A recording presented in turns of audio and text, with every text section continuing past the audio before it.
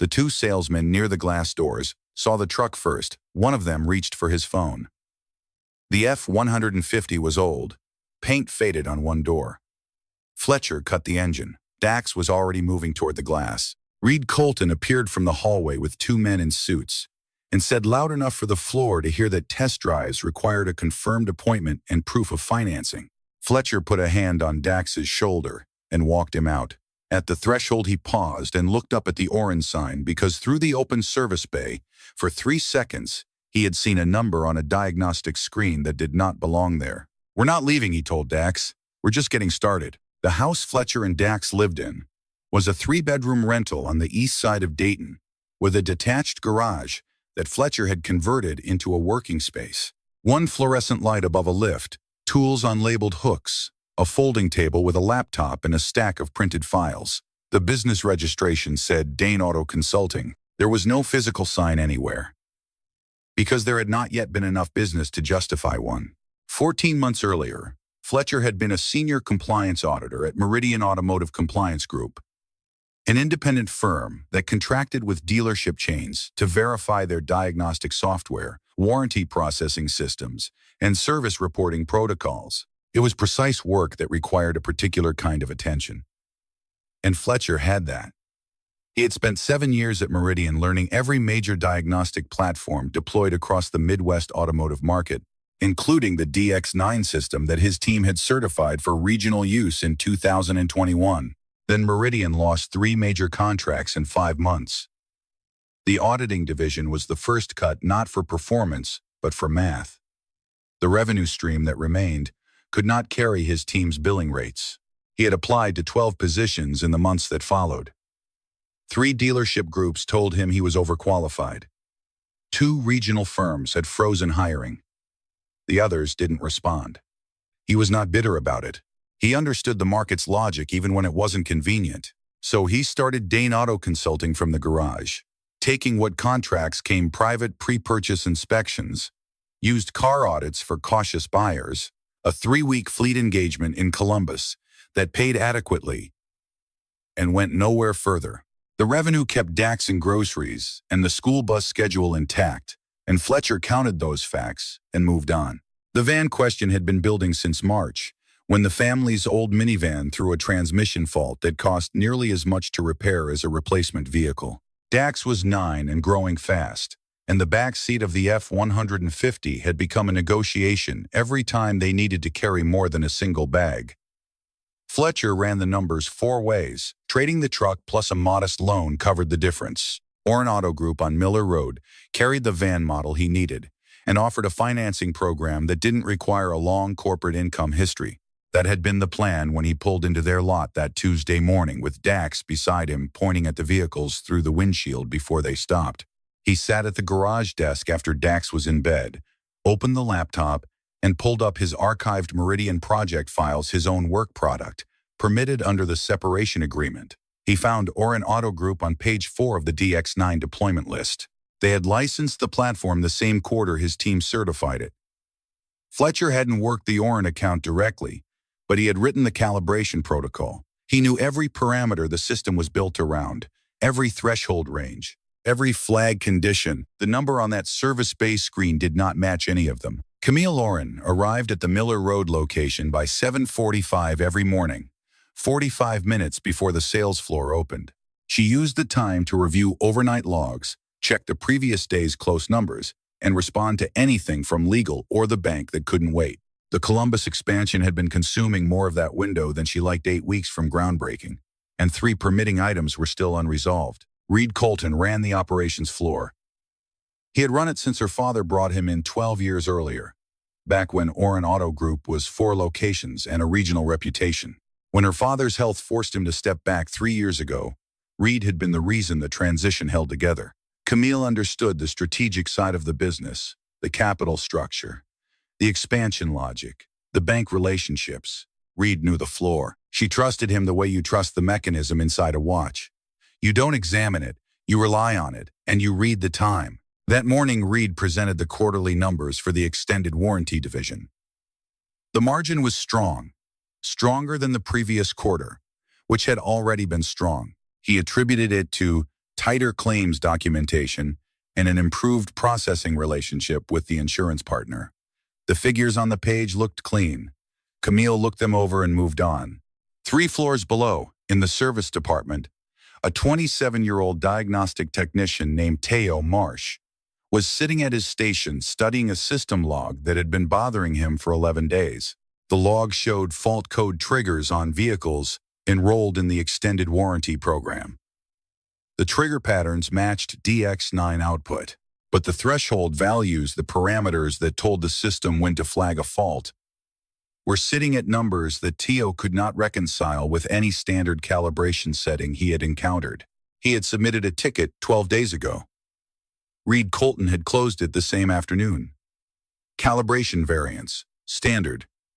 No action required.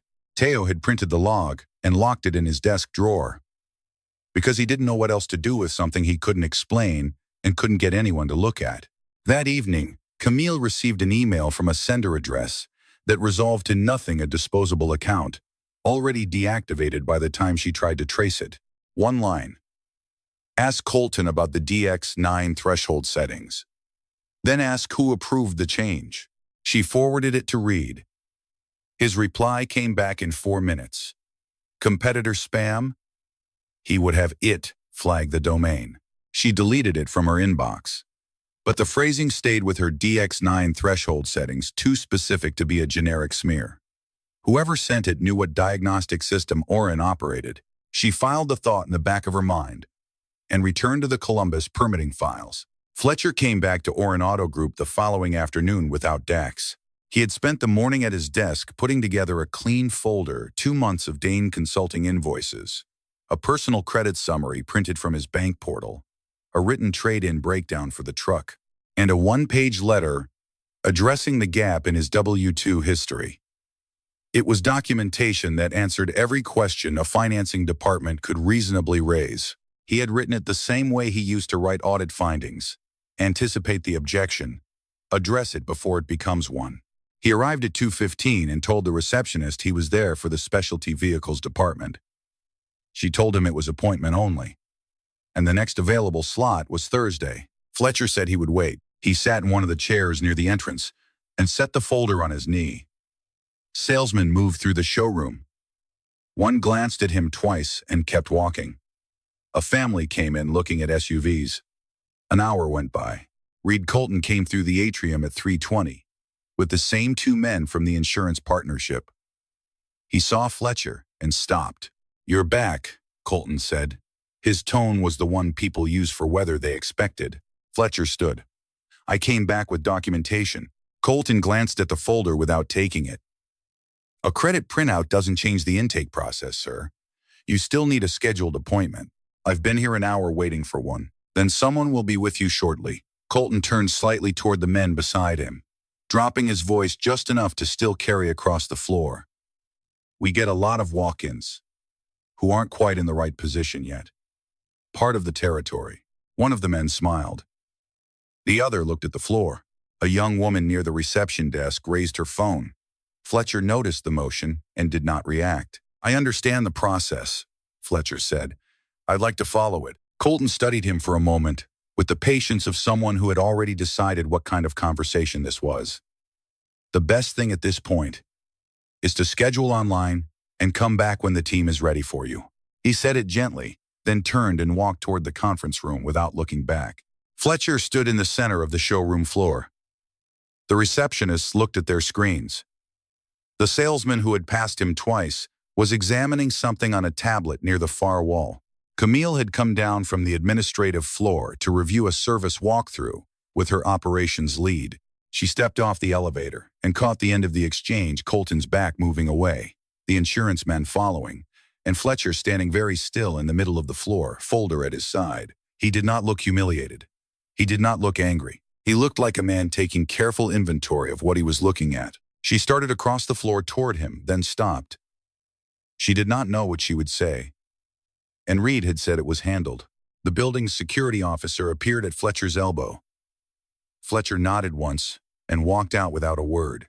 At the threshold, he paused and looked up at the orange sign, the same look as the day before, reading rather than seeing. Then he walked to his truck set the folder on the passenger seat, and sat with the engine off for a moment before he drove. The next morning, Fletcher stopped at a gas station 3 blocks from the Oren location on his way back from dropping Dax at school.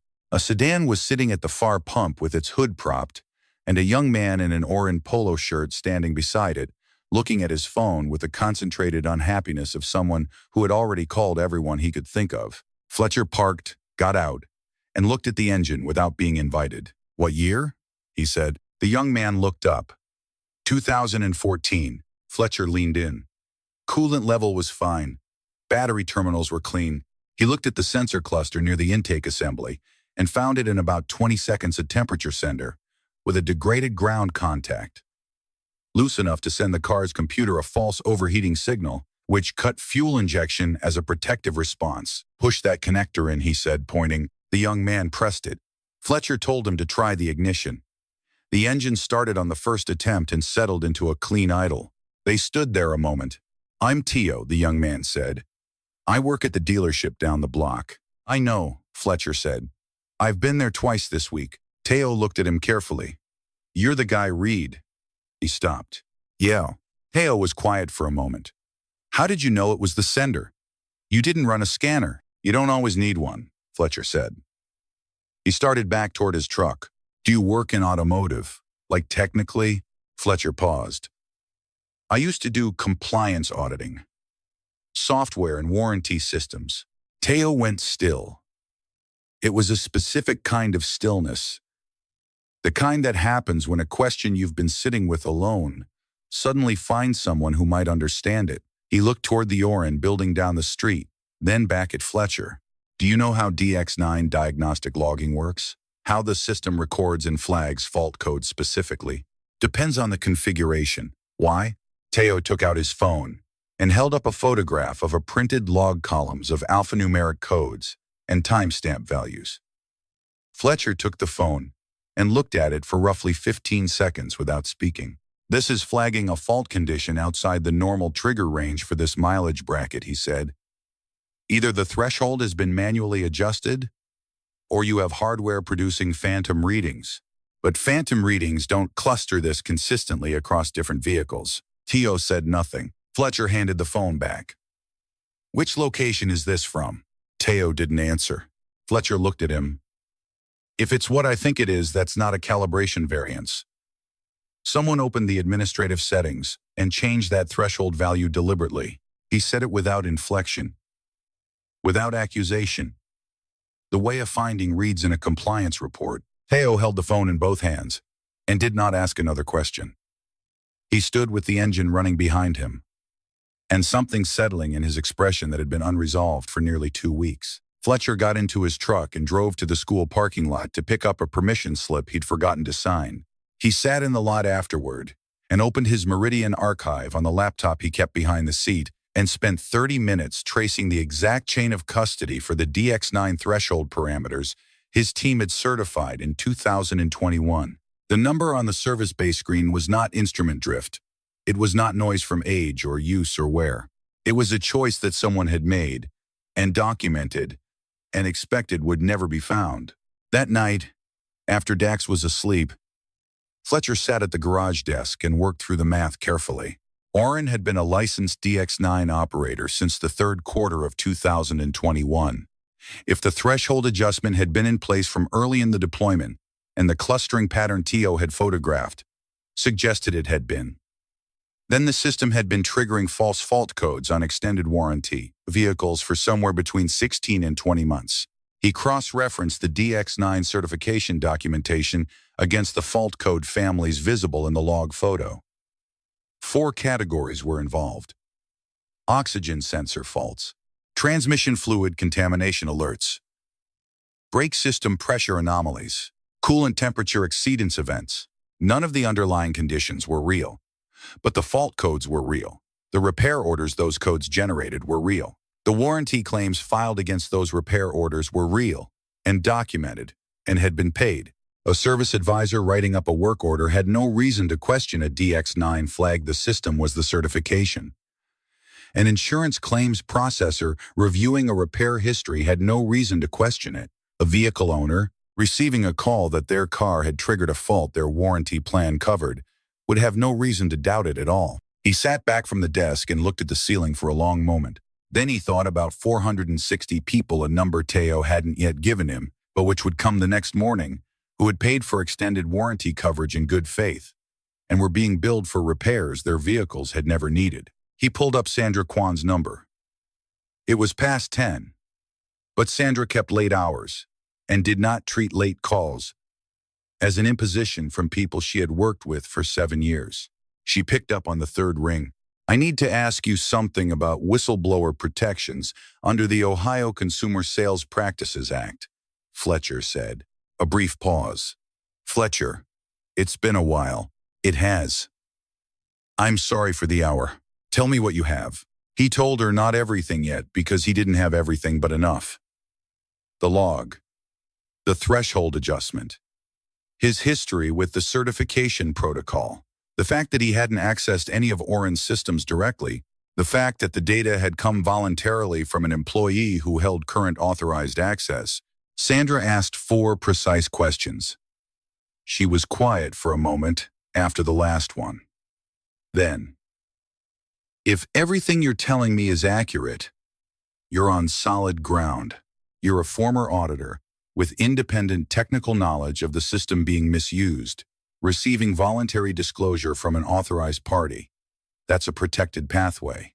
What's my exposure? 0. As long as you don't touch their systems. Get the documentation in a form that can be transmitted. And Fletcher moved carefully. Someone who set this up knew what they were doing. They've thought about discovery.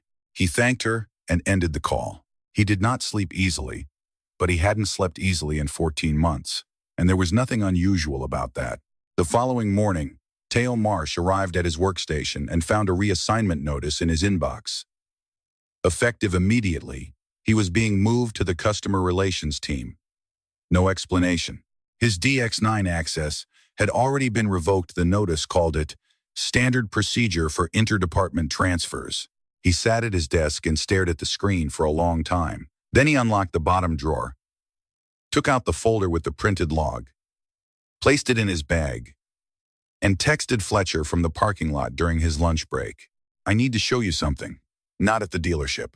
They met at a coffee shop 4 blocks east of the Miller Road location. Teo set the folder on the table between them, 11 pages, and rested his hands flat on the surface afterward, the way a person's hands go flat after setting something heavy down that they've been carrying for a while. Fletcher read through the pages without speaking. The coffee shop went through its midday cycle around them, filling and thinning. When he reached the last page, he set it down and looked at Teo directly. How many customers are in the extended warranty program? As of last quarter, 463. Fletcher looked at the pages. Every fault code in here corresponds to a repair procedure covered under the warranty plan, and every one of these flags is being generated by threshold settings that have no legitimate technical basis. Whoever configured these values knew the system well enough to stay inside the band where automated quality review would pass clean. Teo was quiet for a moment. How do you know this system? I wrote the calibration protocol for this version, Fletcher said. 2021. Teo stared at him without speaking. Go home after your shift, Fletcher said. Don't access any system, not even ones you still have rights to. Don't speak to Colton. What are you going to do? Fletcher closed the folder and slid it back across to Teo. Keep this somewhere other than work. Don't leave it in your car. He paid for both coffees, walked out to his truck, and called Sandra. He gave her the full picture, all 11 pages. The 4 fault categories, the cluster pattern, the timeline estimate. Sandra asked 3 questions and said she was ready to move. She asked whether he wanted the Ohio Attorney General referral filed before or concurrent with the internal board notification. Concurrent, Fletcher said. I want Camille Oren in the room when it happens. She deserves to be there. Sandra said she would have the filing prepared within 48 hours. That same afternoon, a second anonymous email arrived in Camille's inbox from the same format of sender another disposable address, already inactive. The text was nearly identical to the first. Ask Colton about the DX9 threshold settings, then ask who approved the change. This time she did not forward it to Reed. She called the IT director and asked what DX9 was. He looked it up and explained it was the diagnostic platform running in all 7 of their service bays. She asked when it had been installed. Third quarter of 2021, he said. She asked who had coordinated the implementation. Reed Colton, he said. She thanked him and ended the call. Then she pulled up the internal ticket system and searched DX9. One closed ticket appeared submitted 12 days earlier by a technician named Teo Marsh. Closed the same afternoon by Reed Colton. Marked calibration variance. No action required. Teo Marsh had been transferred to customer relations the following morning. She sat with that sequence for a long time, reading it twice, then a third time. Then she called Teo directly. He picked up on the second ring, hesitated for 3 or 4 seconds, and then told her everything: the log, the numbers. The man named Fletcher Dane, he had met at a gas station, who used to work at Meridian Automotive Compliance Group. Camille wrote the name down. She found the Meridian certification records in the company's archived vendor files in under 20 minutes. The DX9 protocol documentation listed one author, F. Dane. She picked up her phone. Fletcher was in the garage, replacing a worn belt on the F-150's auxiliary drive, when his phone rang. He didn't recognize the number. "Mr. Dane," the voice said. "This is Camille Oren. I'd like to meet." He was quiet for a moment. "You know where I work? Your COO was at my front door 2 nights ago." A pause. "When can I come?" She arrived the following morning at 8:15, alone, in a gray sedan that she parked beside the phone, 150 inches the driveway. Fletcher was at the folding table with a mug of coffee when she stepped through the open side door of the garage. He didn't move to shake her hand or offer her a seat. He looked at her the way he looked at most things, steadily, without ceremony. Camille looked around the space. Tools arranged on labeled hooks. A single lift.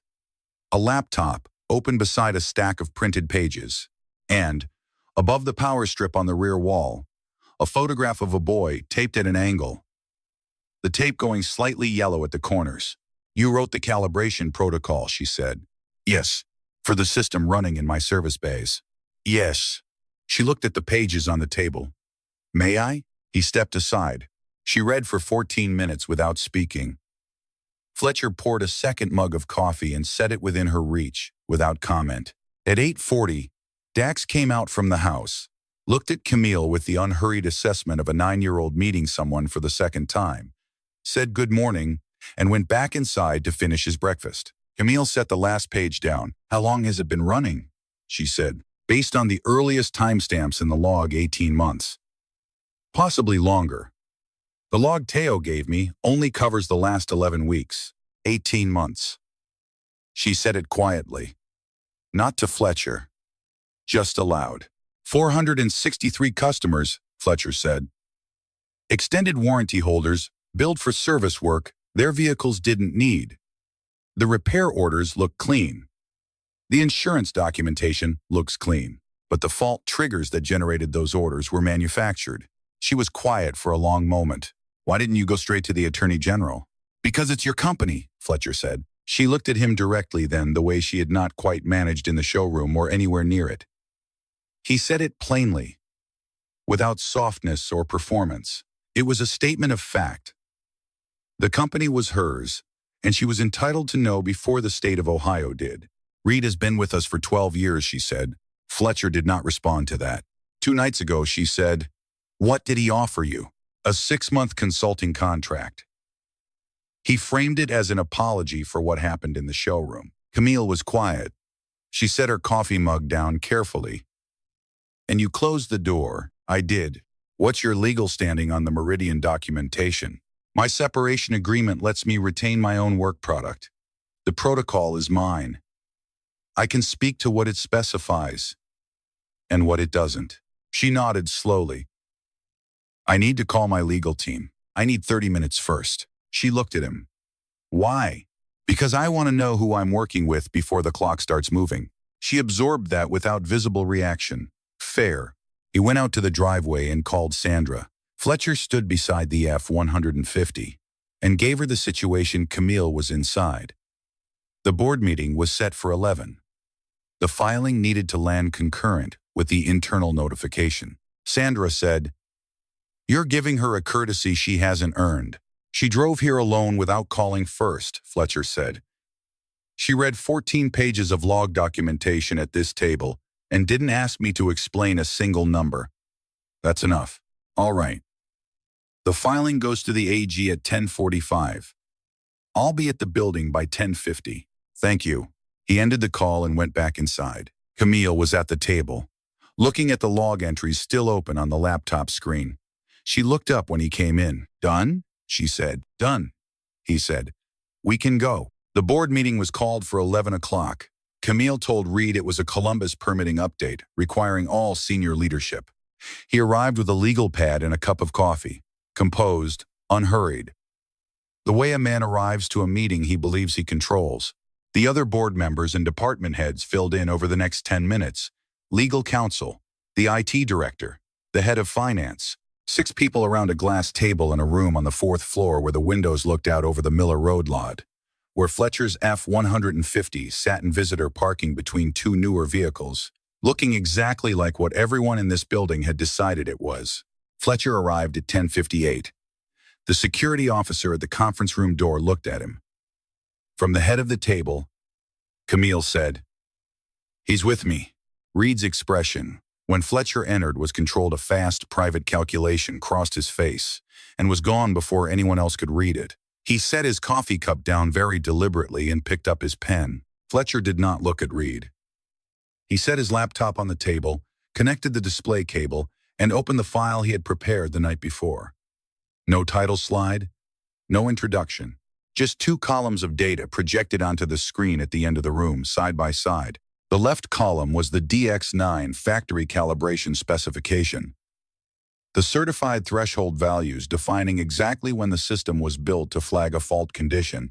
The column had been exported directly from the Meridian Certification Archive, time-stamped and signed by Fletcher's team in 2021. The right column was the active configuration currently running in Oran's 7 service bays, drawn from the log documentation Teo had printed and carried in a folder in his bag for 11 days. Every line was different. The room went quiet in the way rooms go quiet when people stop breathing at their normal rate. Not silence exactly, but a withdrawal of ordinary sound. Fletcher looked at Reed Colton. "The system is flagging fault codes outside the certified trigger range. I know this because I wrote the calibration protocol for this version. Every threshold in the right column has been pushed beyond the certified limit, not by wear, not by calibration drift, but by a deliberate administrative change made inside the system's configuration panel. Whoever made these changes understood exactly how far they could push the values before the automated audit layer would detect an anomaly." He paused 1 beat. "That kind of precision isn't an error. That's a signature." No one spoke. Reed set his pen down on his legal pad. He did it carefully, the way you set down something you are afraid of dropping. "This is a misreading of the spec. The vendor issued a service bulletin updating the threshold ranges 18 months ago. It was standard procedure." "There is no service bulletin," Fletcher said. "I contacted Meridian's successor firm this morning. No threshold revision was ever issued for the DX9 platform after the original certification. Their records are consistent with the factory spec in the left column. Then there is an error in those records." Fletcher opened another file on the laptop. The system change log shows an administrative override entered on October 9th of 2022 at 6:17 in the morning. The user account that made the change carries the ID prefix OAG-ADMIN04. He looked at the IT director at the far end of the table. "That account can be pulled right now." The IT director looked at Camille. She nodded. He typed. He checked the screen. He typed again. He looked up. OAGADMIN04 was created on October 3rd of 2022. Created and authorized by Reed Colton. It doesn't appear in the standard employee directory. Silence. Reed leaned back in his chair. "I created that account as a backup administrative credential during the system rollout. It's standard practice when you're deploying a platform across multiple locations. A backup credential, Camille said, created 6 months after the rollout was complete. Used at 6:17 in the morning on a change that altered fault thresholds across all 7 locations simultaneously. Reed looked at her. He did not answer. The conference room door opened. Sandra Kwan entered carrying 2 manila folders. She walked to the table without introducing herself to the room and placed one folder in front of Camille and one in front of the company's legal counsel. I'm Sandra Kwan. I represent Mr. Dane. What's in front of you is a copy of a complaint filed this morning with the Ohio Attorney General's Consumer Protection Division. So, it includes the system log documentation, the original DX9 certification protocol, the administrative change log entry, and the account registration data pulled by your IT department approximately 4 minutes ago. She looked at Colton without any particular emphasis. The filing was held pending this meeting as a professional courtesy to Oren Auto Group. The AG's office received it at 10:45. Reed looked at Camille. She did not look back. She was looking at the folder Sandra had placed in front of her. At the top sheet, which listed the names of 463 warranty customers, the board voted to suspend Reed Colton pending full investigation. The vote took 6 minutes and was not close. 2 members of Oren's legal team accompanied him out of the building. He did not say anything. In the hallway outside the conference room, he paused at the elevator. And Fletcher, watching through the glass, thought he might turn around and say something, address Camille. Address Fletcher, claim something. He pressed the button. The doors opened. He stepped in. The room cleared in stages. Legal counsel stayed to review the AG documentation with Sandra. The IT director stayed to assist. The head of finance left quietly. The other board members left in twos. Camille stayed at the head of the table. When the last person who didn't need to be there had gone, she sat looking at the 2-column projection, still running on the screen, 2 sets of numbers that represented 18 months of charges against people who had trusted that the system watching their vehicles was working. Honestly, Fletcher closed the laptop. The screen went dark. What do you want? She said. He stood by the window with his hands in his jacket pockets. Outside, in the lot 4 stories below, his truck sat in visitor parking in the afternoon light. He thought about the question the way he thought about most things, deliberately, without rushing toward the answer. A fair shot at the compliance contract, he said. Open bid. I'll compete on merit. She looked at him for a moment. That's it. That's it. She was quiet. Then, you could have gone to the AG in October when you first saw that screen. I saw one number for 3 seconds. That's not evidence. That's a feeling. You could have gone after Teo gave you the log. I needed to know if anyone on the inside already knew. She looked at her hands on the table. And did anyone? You did, he said. Once you started looking. She sat with that for a moment, with what it meant about the 2 emails she had almost ignored, about the ticket she had found only after she stopped forwarding things to Reed and started pulling them herself. Then she nodded once and picked up her phone. Oren Auto Group sent written notification to 463 customers within 30 days, a full refund of any service charges tied to the affected fault categories, plus a 4-year warranty extension at no cost. The supplemental disclosure to the AG was filed at the same time. Reed Colton was indicted on 7 counts of consumer fraud and 2 counts of insurance fraud in the 2nd month following the board meeting. His insurance partner was named in the civil portion of the proceedings. Both cases remained active. The compliance contract went to open bids 6 weeks later. Fletcher spent 4 days on the proposal, 3 more than any proposal he'd written in 14 months, and knew when he finished it that it was the best work he had done since Meridian. Dane Auto Consulting won.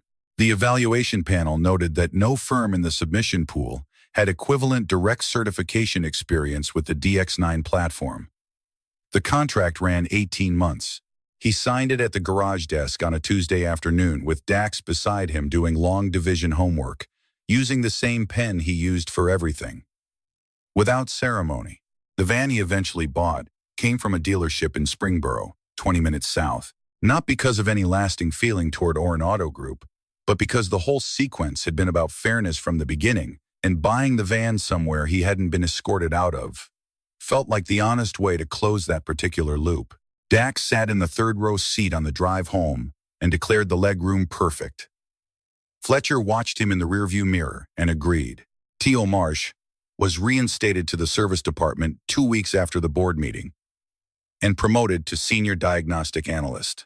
His new access included read-only rights to the administrator logs, reviewed on a weekly schedule. Camille told him in a short meeting that he had done the right thing. He said he should have moved faster. She said he had moved when it counted, and she meant it without qualification. Camille came to the garage on a Saturday morning in late May. She didn't call ahead. She parked the gray sedan beside the phone, 150 inches the driveway, and walked through the side door and found Fletcher under the truck doing routine maintenance with the radio on at low volume. She looked at the truck. "You didn't trade it in. It runs fine. You have a van now." "The van is for Dax." He rolled out from under the frame and stood up, wiping his hands on a shop towel. "What are you here for?" She looked around the garage, the labeled hooks, the folding table with its second monitor now, the Dane Auto Consulting letterhead visible on the screen, the photograph of Dax still taped in the same spot above the power strip. "I talked to my father last week," she said. "He told me he'd known something was off with the warranty numbers 2 years ago. He didn't look harder because Reed told him not to worry about it." "Okay. He told me not to trust the people who explain numbers away." "Trust the numbers." "That's right." She was quiet a moment. "I came to say thank you. In person.